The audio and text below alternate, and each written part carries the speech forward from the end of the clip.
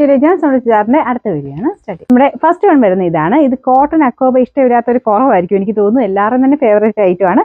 നല്ല powder peach കളറാണ് first colour വന്നിരിക്കുന്നത്.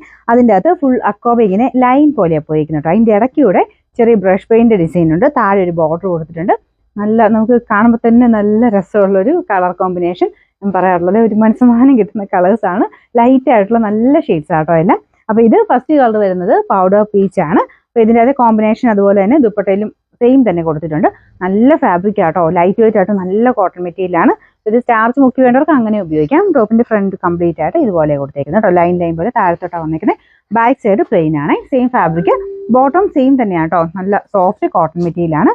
ഇതിന്റെ നമ്പർ W350, റേറ്റ് 1150 1150. ഓക്കെ, അടുത്ത ഷെയ്ഡ് വരുന്നത് ഒരു യെല്ലോയുടെ തന്നെ ഷെയ്ഡാണ്. പക്ഷെ ഭയങ്കര നോർമൽ വരുന്ന സൈസ് ലൈറ്റ് യെല്ലോ അല്ല കേട്ടോ. കുറച്ചുകൂടി ഡിഫറെന്റ് ആയിട്ടുള്ള ഒരു യെല്ലോ ഷെയ്ഡ്.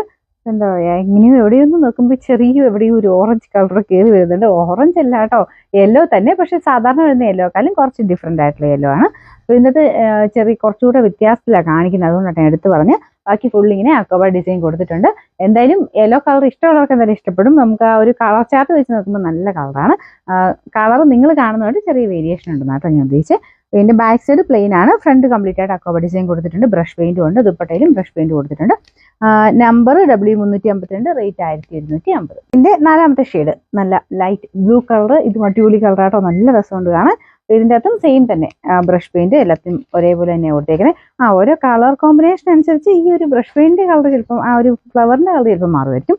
ഇതിൻ്റെ അകത്ത് ദുപ്പട്ടയ്ക്കകത്തും കൊടുത്തേക്കുന്ന സെയിം തന്നെ കോമ്പിനേഷനിൽ ഇതിൻ്റെ അകത്തും ആ ഒരു ബ്രഷ് പെയിന്റ് വരുന്നുണ്ട്. Number W349, rate 1150 1150.